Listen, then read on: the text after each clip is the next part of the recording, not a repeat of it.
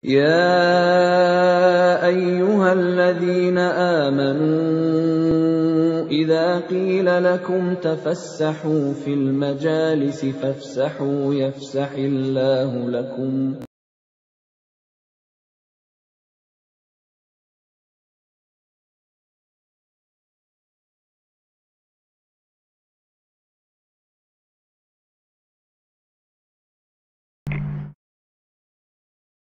الحمد لله الذي شرع لعباده الشرائع لحكم بليغة وأسرار، ورتب على صيام رمضان وقيامه إيمانا واحتسابا مغفرة الذنوب والأوزار، وأشهد أن لا إله إلا الله وحده لا شريك له الملك الغفار، وأشهد أن سيدنا محمدا عبده ورسوله المصطفى المختار.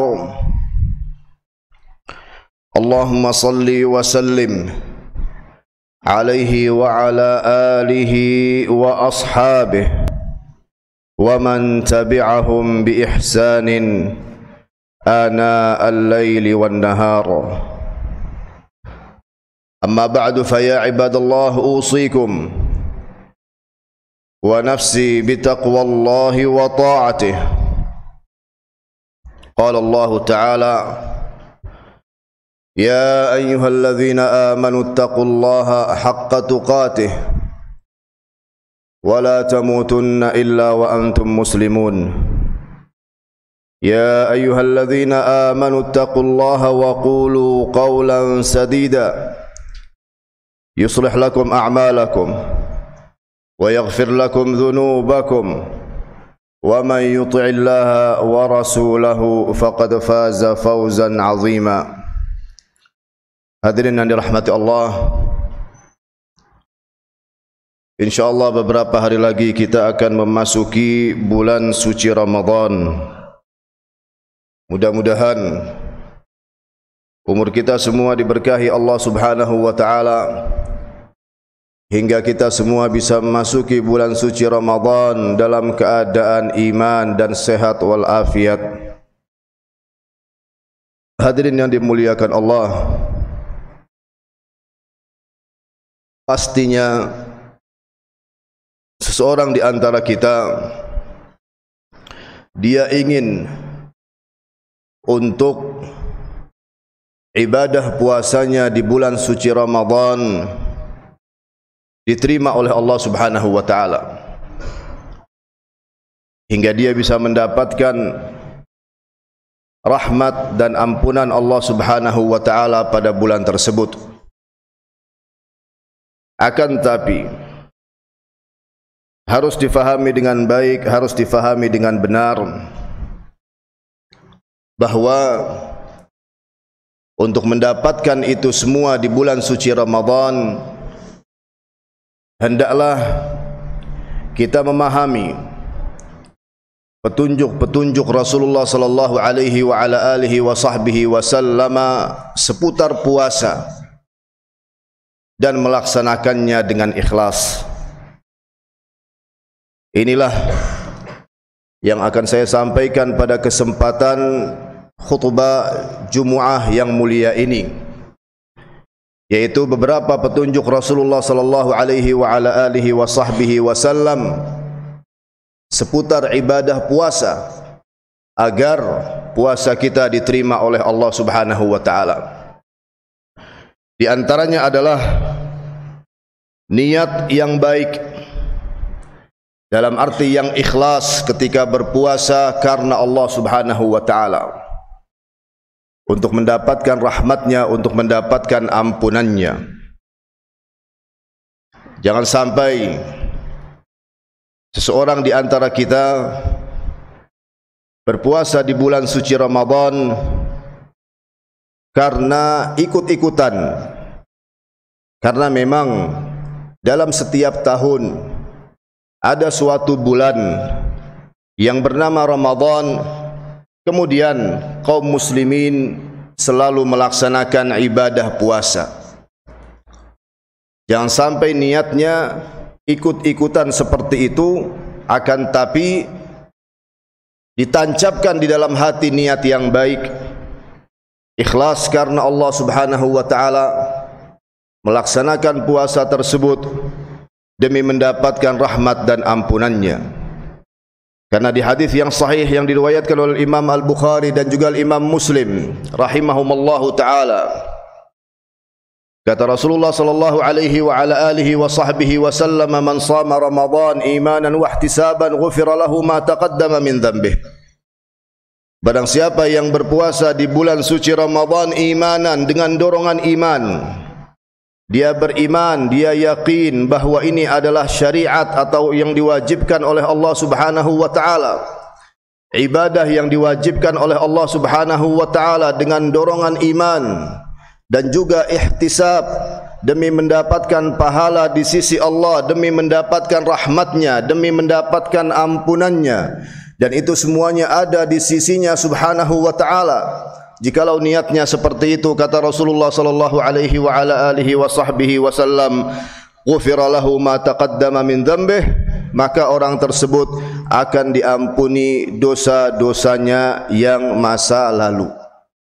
Betul hadirin yang dirahmati Allah, yang dimaksud daripada dosa-dosa di sini adalah as-saghair, dosa-dosa yang kecil, akan tapi jikalau ia gandingkan dengan taubatan nasuha dari dosa-dosa yang besar, maka insya-Allah dengan izin Allah yang akan diampuni oleh Allah Subhanahu wa taala bukan hanya dosa-dosa yang kecil, akan tapi juga dosa-dosa yang besar.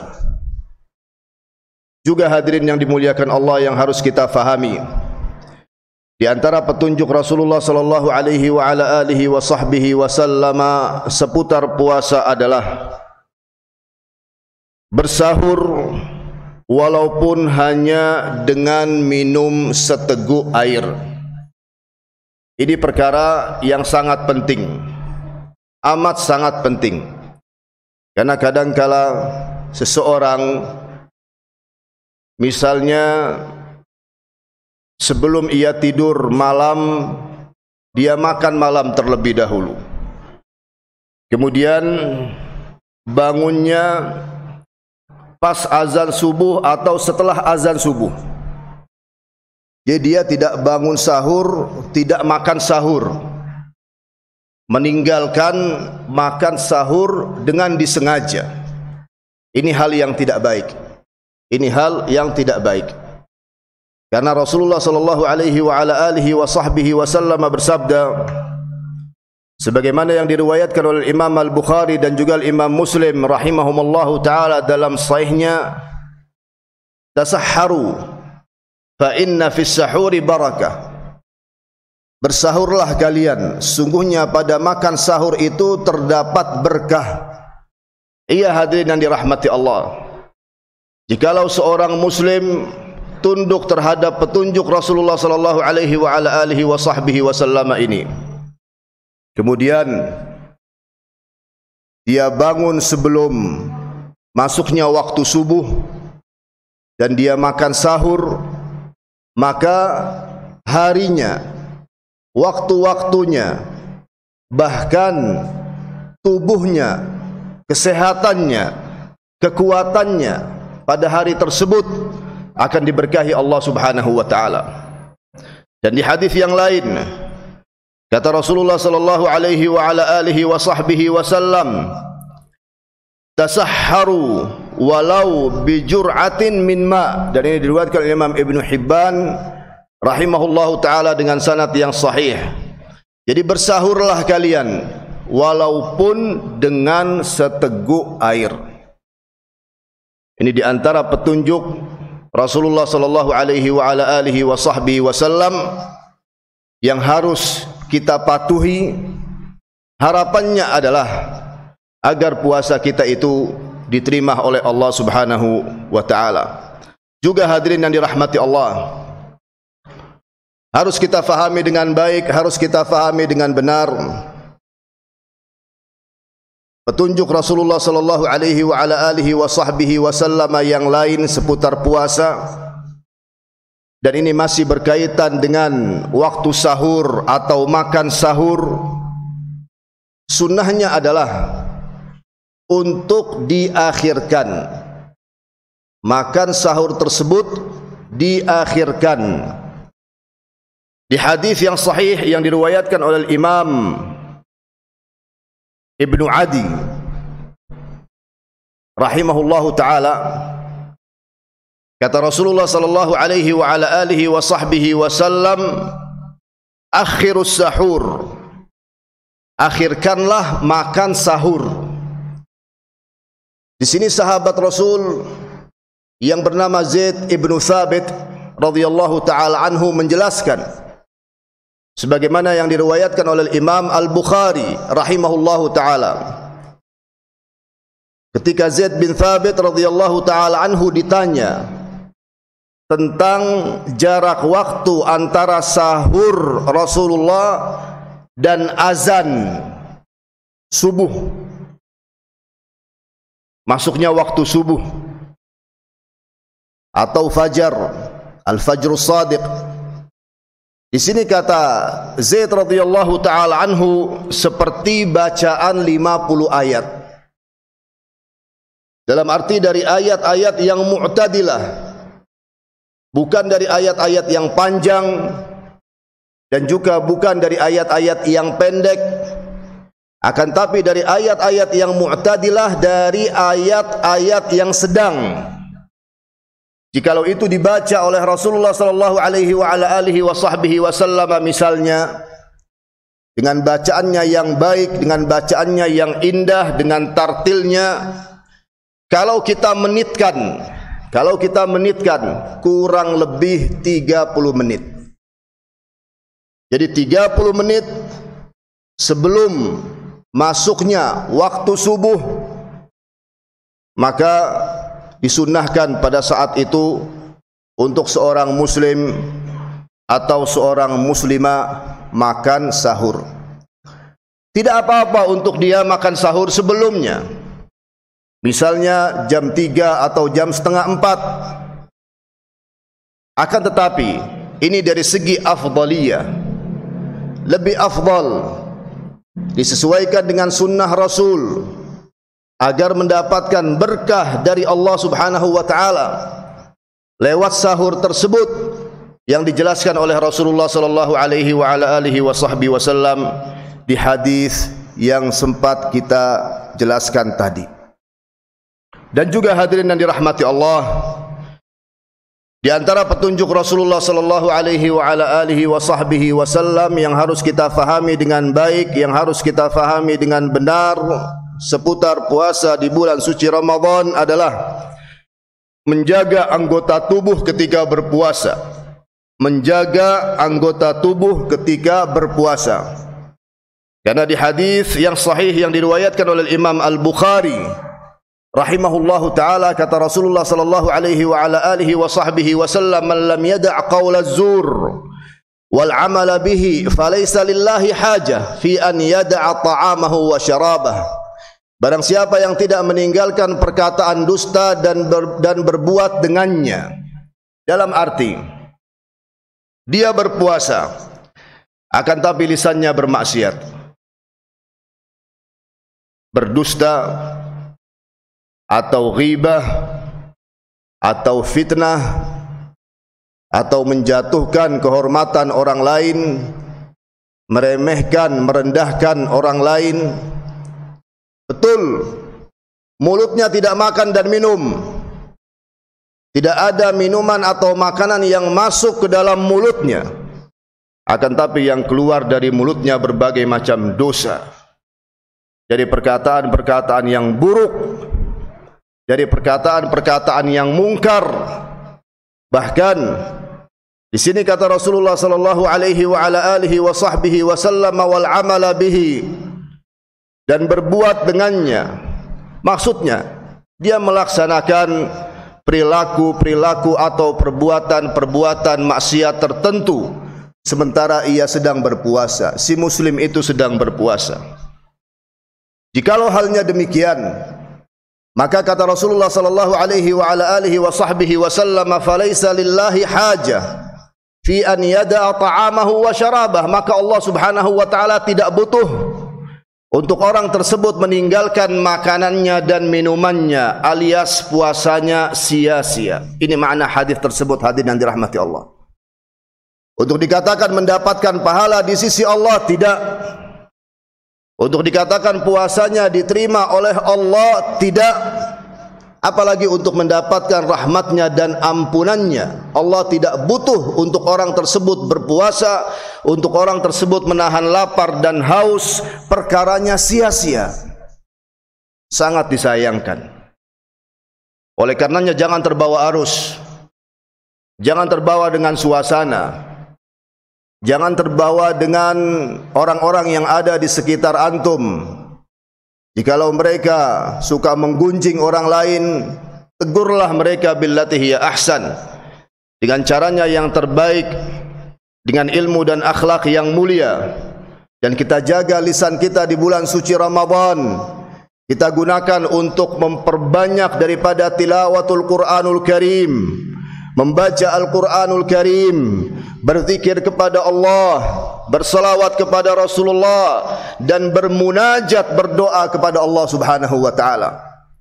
Karena di hadis yang lain, hadirin yang dirahmati Allah, yang diriwayatkan oleh Imam Al-Bukhari dan juga Imam Muslim rahimahumallahu taala di dalam sahihnya, kata Rasulullah sallallahu alaihi wa ala alihi wa sahbihi wa sallam, "Idza kana yaumu shaumi ahadikum fala yarfuth wa la yajhal, wa fi riwayatin wa la yaskhab, fa in syatamahu ahadun aw qatalah falyaqul inni shaim." Apabila seorang di antara kalian sedang berpuasa, janganlah ia mengucapkan perkataan-perkataan yang kotor, dan juga janganlah ia melaksanakan tindakan-tindakan yang bodoh. Dan di riwayat yang lain, janganlah ia membuat kegaduhan. Apabila ada orang yang mencaci makinya, apabila ada orang yang merendahkannya, apabila ada orang yang meremehkannya, apabila ada orang yang menjatuhkan kehormatannya, maka jangan dibalas keburukan tersebut dengan keburukan yang serupa. Akan tapi katakanlah kepadanya, inni shaim, sungguhnya aku sedang berpuasa. Bahkan di sini kata Rasulullah sallallahu alaihi wa ala alihi wa sahbihi wasallam, au qatalahu, apabila ada seorang yang mengajaknya untuk berkelahi, diamkan saja, jangan dibalas. Akan tapi cukup untuk mengatakan kepadanya, inni shaim, bahwa aku sedang berpuasa.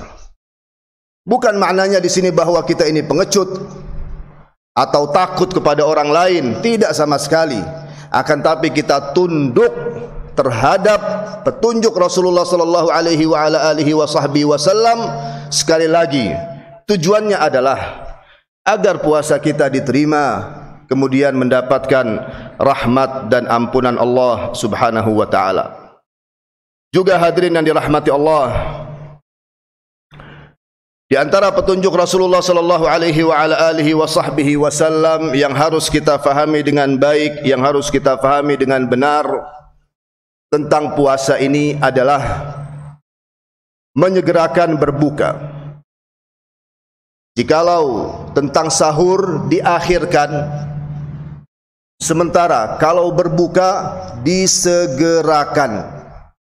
Dalam arti, jikalau seorang di antara kita sudah mendengar azan maghrib dan dia sudah mengetahui bahwa maghrib sudah masuk waktunya dengan mendengar azan tersebut, maka jangan ia menunda-nunda. Langsung pada saat itu juga ia berbuka, ia batalkan puasanya, ia berbuka, disegerakan. Dan ini juga cara agar puasa kita itu diterima oleh Allah Subhanahu wa taala, disesuaikan dengan petunjuk Rasulullah sallallahu alaihi wa ala alihi washabihi wasallam. Karena di hadis yang sahih yang diriwayatkan oleh Imam Ibnu Adi fil Kamil, di dalam kitabnya Al-Kamil, "Bakkiru bil iftar." Segerakanlah berbuka, kata Rasulullah sallallahu alaihi wa ala alihi washabihi wasallam. Bahkan di hadis yang lain yang diriwayatkan oleh Imam Al-Bukhari dan juga Imam Muslim, Kata Rasulullah sallallahu alaihi wa ala alihi wa sahbihi wasallam, la yazalun nasu bi khair ma ajjalul fitr. Bahwa manusia tetap berada di dalam kebaikan selama mereka menyegerakan berbuka, dalam arti manusia ini atau umat Islam ini senantiasa berada di dalam kebaikan, di dalam suatu hal perbuatan yang dicintai dan diridhai Allah Subhanahu wa taala, yang dengannya mereka itu bisa mendapatkan rahmat dan ampunan Allah Subhanahu wa taala apabila mereka menyegerakan berbuka. Juga hadirin yang dirahmati Allah, harus kita fahami dengan baik juga di antara petunjuk Rasulullah tentang puasa ini adalah disunnahkan untuk berbuka puasa dengan kurma sebelum yang lain. Dan seringkali di setiap rumah atau di setiap masjid, di situ dihidangkan berbagai macam makanan dan minuman. Alhamdulillah, itu semuanya nikmat dari Allah Subhanahu wa taala. Akan tetapi, ketika seorang di antara kita mendengar azan kemudian dia ingin berbuka, janganlah ia menyentuh makanan yang lain sebelum dia berbuka dengan kurma. Dan alhamdulillah, di Indonesia ini sudah ada berbagai macam kurma, dan juga harganya semuanya insya Allah terjangkau. Jikalau seorang di antara kita berbuka puasa dengan kurma, yang pertama, puasanya itu ia sesuaikan dengan puasa Rasulullah sallallahu alaihi wa ala alihi wa sahbihi wasallam ketika berbuka. Karena di hadis yang sahih yang diriwayatkan oleh Imam Tirmidzi rahimahullahu taala di dalam sunannya,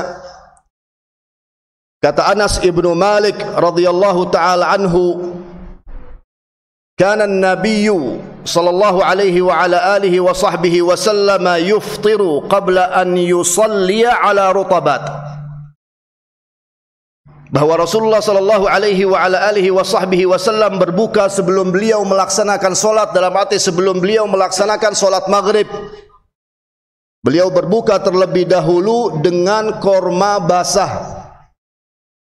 Fa illam takun fa'ala tamarat.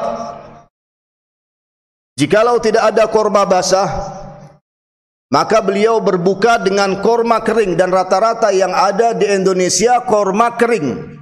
Alhamdulillah, bisa kita gunakan korma tersebut untuk berbuka puasa. Kemudian diniatkan dengan niat ittiba', mengikuti kebiasaan Rasulullah, mengikuti sunnah Rasul sallallahu alaihi wa alihi wasallam. Selanjutnya kata Anas bin Malik radhiyallahu taala anhu, fa illam takun hasawatin min ma. Apabila korma kering juga tidak ada, maka beliau sallallahu alaihi wa alihi wasallam berbuka dengan meneguk air atau dengan meneguk 3 tegukan air. Seperti itu hadirin yang dirahmati Allah. Kemudian silahkan untuk memakan ini dan memakan itu setelah korma dan air. Sekali lagi, di samping jikalau kita melaksanakan itu, puasa kita telah kita sesuaikan dengan puasa Rasulullah sallallahu alaihi wa alihi wasallam, dan harapannya mudah-mudahan diterima oleh Allah Subhanahu wa taala. Yang kedua, di sisi lain dibuktikan oleh ahli medis, dinyatakan oleh ahli medis bahwa orang yang berbuka puasa dimulai dengan kurma sangat bermanfaat untuk tubuhnya, secara khusus meringankan pencernaannya. Jadi tidak ada yang namanya sunnah Nabi itu sia-sia, atau dikatakan oleh sebagian orang seperti yang kita dengar di tahun-tahun kemarin, bahwa ini adalah kebiasaan orang Arab. Berbuka dengan korma, ini kebiasaan orang Arab. Kita katakan di sini ada hadisnya, barakallahu fiik. Ada hadisnya, ada nasnya, ada petunjuknya, ada penjelasannya dari Anas bin Malik radhiyallahu taala anhu. Apakah di zaman Rasulullah itu tidak ada buah-buahan yang lain? Ada yang namanya anggur di zaman Rasulullah sallallahu alaihi wasallam. Ada yang namanya roti gandum, bahkan itu termasuk daripada makanan pokok mereka di zaman dahulu. Akan tapi kenapa Rasulullah tidak memilih buah ini, tidak memilih buah itu, tidak memilih roti gandum, atau tidak memilih makanan yang lain? Yang beliau pilih itu kurma, karena ada petunjuknya, ada manfaatnya. Di samping apa yang beliau sabdakan atau yang beliau laksanakan, itu sumbernya adalah wahyu dari Allah Subhanahu wa taala. Di samping itu semua, sekali lagi, pasti ada manfaatnya untuk kita di dunia. Inilah hadirin yang dirahmati Allah, beberapa petunjuk Nabi kita Muhammad sallallahu alaihi wasallam tentang ibadah puasa. Mudah-mudahan bisa difahami dengan baik, bisa dilaksanakan dengan ikhlas. Aqulu qawli hadza fastaghfirullahal azim li wa lakum wastaghfiruh innahu huwal ghafurur rahim.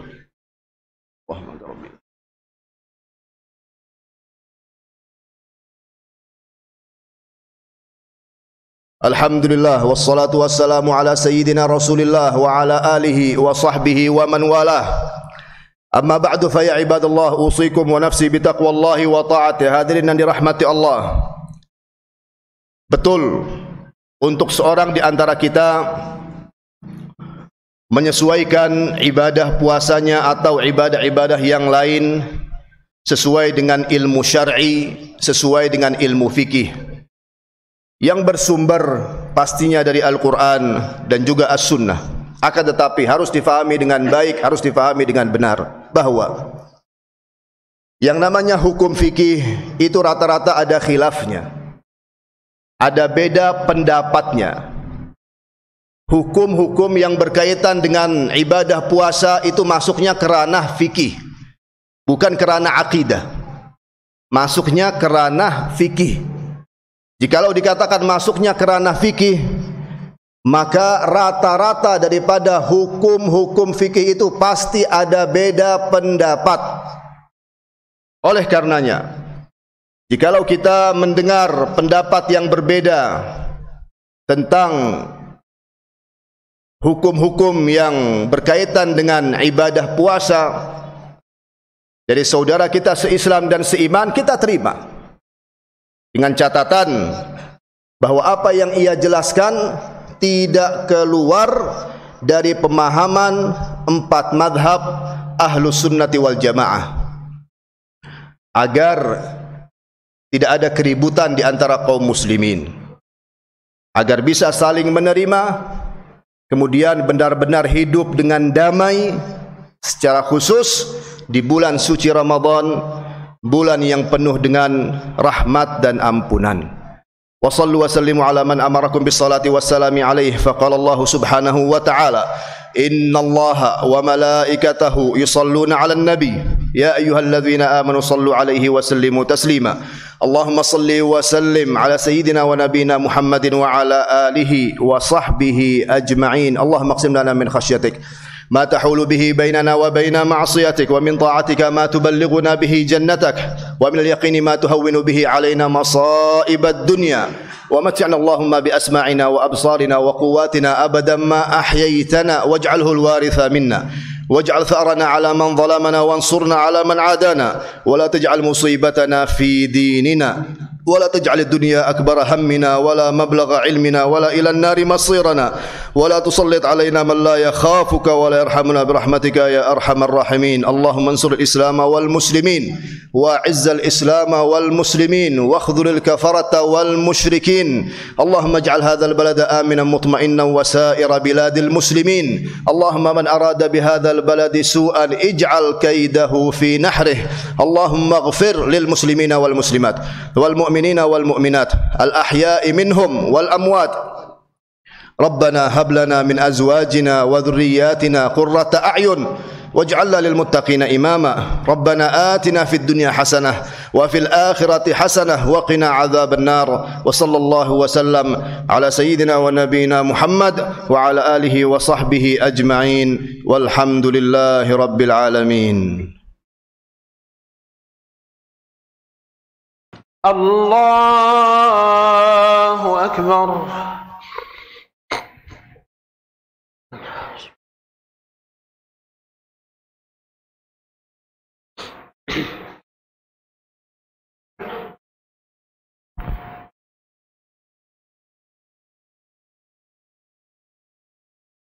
الحمد لله رب العالمين الرحمن الرحيم مالك يوم الدين إياك نعبد وإياك نستعين اهدنا الصراط المستقيم صراط الذين أنعمت عليهم غير المغضوب عليهم ولا الضالين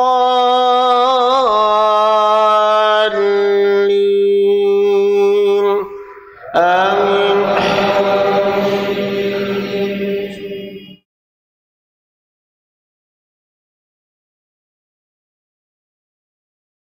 لا يتخذ المؤمنون الكافرين أولياء من دون المؤمنين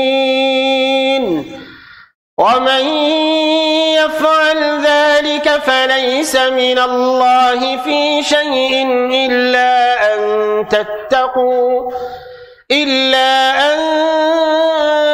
تتقوا منهم تقاه ويحذركم الله نفسه وإلى الله المصير.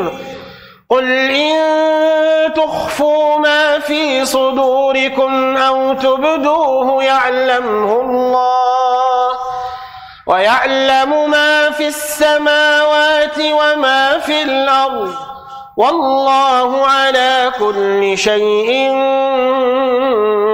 قدير. يوم تجد كل نفس ما عملت من خير محضرا وما عملت من سوء تود لو أن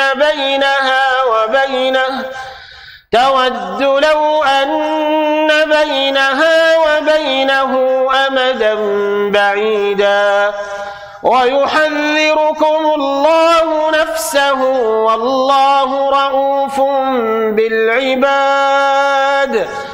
قل إن كنتم تحبون الله فاتبعوني يحببكم الله ويغفر لكم ذنوبكم والله غفور رحيم. قل أطيعوا الله والرسول فإن تولوا فإن الله لا يحب الكافرين. وإذا قيل انشزوا فانشزوا يرفع الله الذين آمنوا منكم والذين أوتوا العلم درجات